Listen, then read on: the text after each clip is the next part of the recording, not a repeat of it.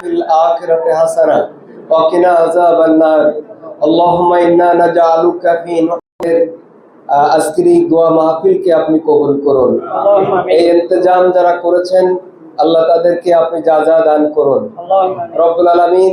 আমরা গত জুমার দিনেও দোয়া করেছি, এদেশের গর্ব তিনবারের সাবেক প্রধানমন্ত্রী বেগম খালেদা জিয়ার সুস্থতার জন্য আমরা দোয়া করছি। আল্লাহ আপনি তাকে সুস্থতা দান করুন, তার পরিবার পরিজন সহ যে যেখানে অসুস্থ আছে আল্লাহ আমাদের সকলকে সুস্থতা দান করুন।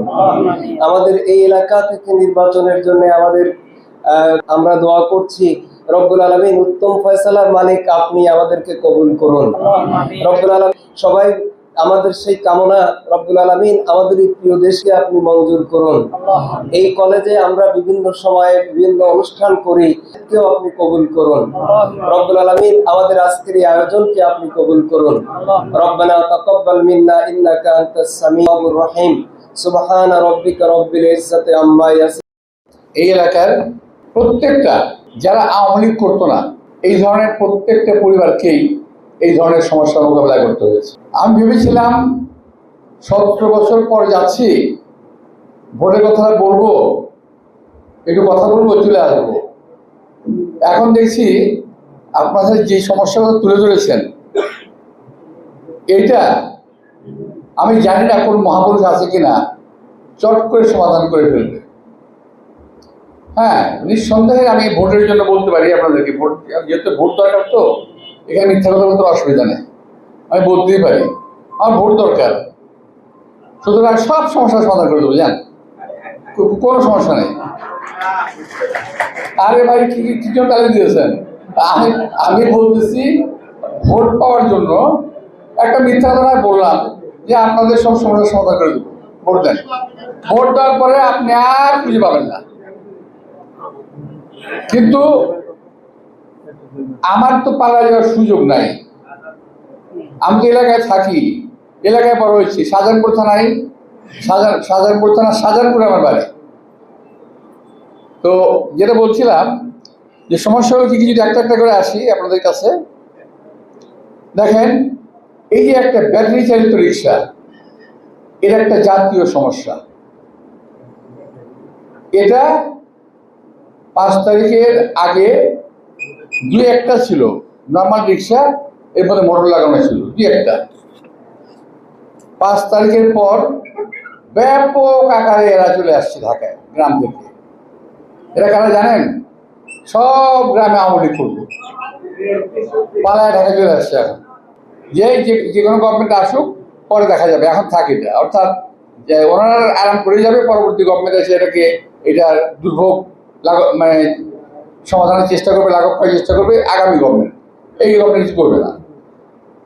তো ইনশাল্লাহ যেহেতু জাতীয় সমস্যা, এটা সমাধান হয়ে যাবে, এই সমাধান রাখা যাবে না।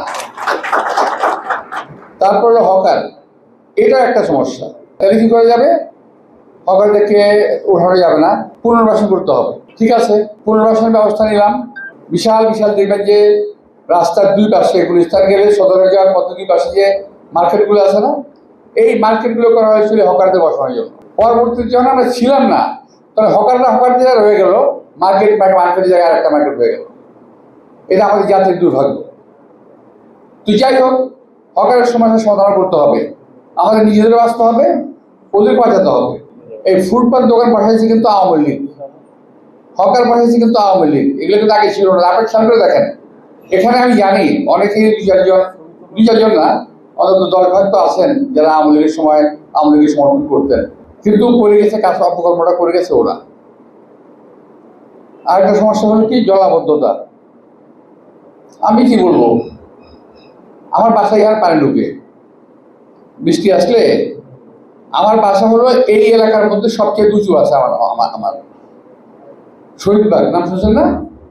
এই শহীদবাগ, যেটা আপনার আসা যাওয়া করেন, এটা ছিল সবচেয়ে উঁচু এলাকা। এখানে কখনোই পানি আসতো না, আমি দেখি নাই। কিন্তু এখন দেখি সামান্য বৃষ্টি হইলে ওখানে আমার বাড়ির ভিতরে পানি, বাড়ির ভিতরে। যদি সুযোগ আসে, আমি কথা দিচ্ছি, এই ফুটওভার ব্রিজ আমি যদি ওত নেব, তার 7 দিন পরে কাজ শুরু হবে। এটা সম্ভব। এটা সম্ভব, এটা অসম্ভব কিছু না, এটা সম্ভব। কিন্তু অনেকগুলো অসম্ভব ব্যাপার আছে, যেমন যেটা নিয়ে আমি জিদ করলাম, যেমন বিল্ডিং ভেঙে মাঠ বানাবো, বিল্ডিং ভেঙে আমি ই করবো, কবরস্থান বানাবো। এটা একটু কঠিন কাজ হবে, কিন্তু আমি করবো, আমি কথা দিচ্ছি এটা। কারণ কি, আমি জানতে চাই ওই জায়গা র্যাবকে কে দিল। আমি ছিলাম ওয়ার্কস মিনিস্টার, আমি ওই জায়গা দিয়েছি কিসের জন্য? কবরস্থানের জন্য।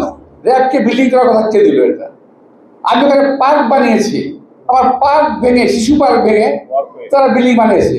এটা কথা হলো? দরদ নাই মানুষের প্রতি, মানুষের মাদক সন্ত্রাস সেগুলি এখানে, এটা আমার বাড়ির পাশেই হইতেছে, আমি কি করবো? না না, আমি বলতেছি তো যেটা এটার ছোটটা তো মারাত্মক। এটা একটা সিন্ডিকেট, এত বড় একটা চক্র, এদেরকে ধরা মুশকিল। তবে যত মুশকিলই হোক, এই চক্রকে আমাদের দমন করতে হবে। এই জন্য প্রয়োজন হলো সামাজিক সচেতনতা। যেখানে আপনারা এই মাদক ব্যবসায়ীদের পাবেন, আমি এমপি হই না হই পরের কথা, কিন্তু কালকেও যদি পান আমাকে দয়া করে জানাবেন। কালকে আগামীকাল কথা বলছি, এখনো যদি পান, আমি বেরোবার সময় যদি পান, কারণ এটা আমারও শত্রু। একটা মাদক সেবন করে যে ছেলে, যে বাসার, শুধু সেই বাড়িটা সমস্যায় পড়ে না, পরিবারটা সমস্যায় পড়ে না, আশেপাশে এলাকা সমস্যাগ্রস্ত করে তোলে। সুতরাং মাদককে আমাদের না বলতে হবে। এবং আপনাদের মধ্যে অনেকেই একটু ভয় পান, আমি জানি, আরে ওর কথা বলতে গেলে তো আবার যদি কিছু করে, কিচ্ছু করতে হবে না। আপনারা দয়া করে আমাকে একটা ফোন করে দেবেন, দয়া করে। আমি কিন্তু ইসের পর 5 তারিখের পর কিন্তু ওই কি জানি লাঠি বাসি কিন করেছিলাম একটা। আমি 2টা মাইক্রোবাস, 20টা লাঠি, 20টা ছেলে। ফোন যাইতো, সঙ্গে সঙ্গে ওখানে গিয়ে দমন করা হতো, সঙ্গে সঙ্গে। এটা ইমিডিয়েটলি হতো। পরে আস্তে আস্তে যখন পুলিশ আসলো, তখন আমি বন্ধ করে দিয়েছি। তো আমার ফোন নাম্বার কিংবা বাসার ফোন নাম্বার পাবেন।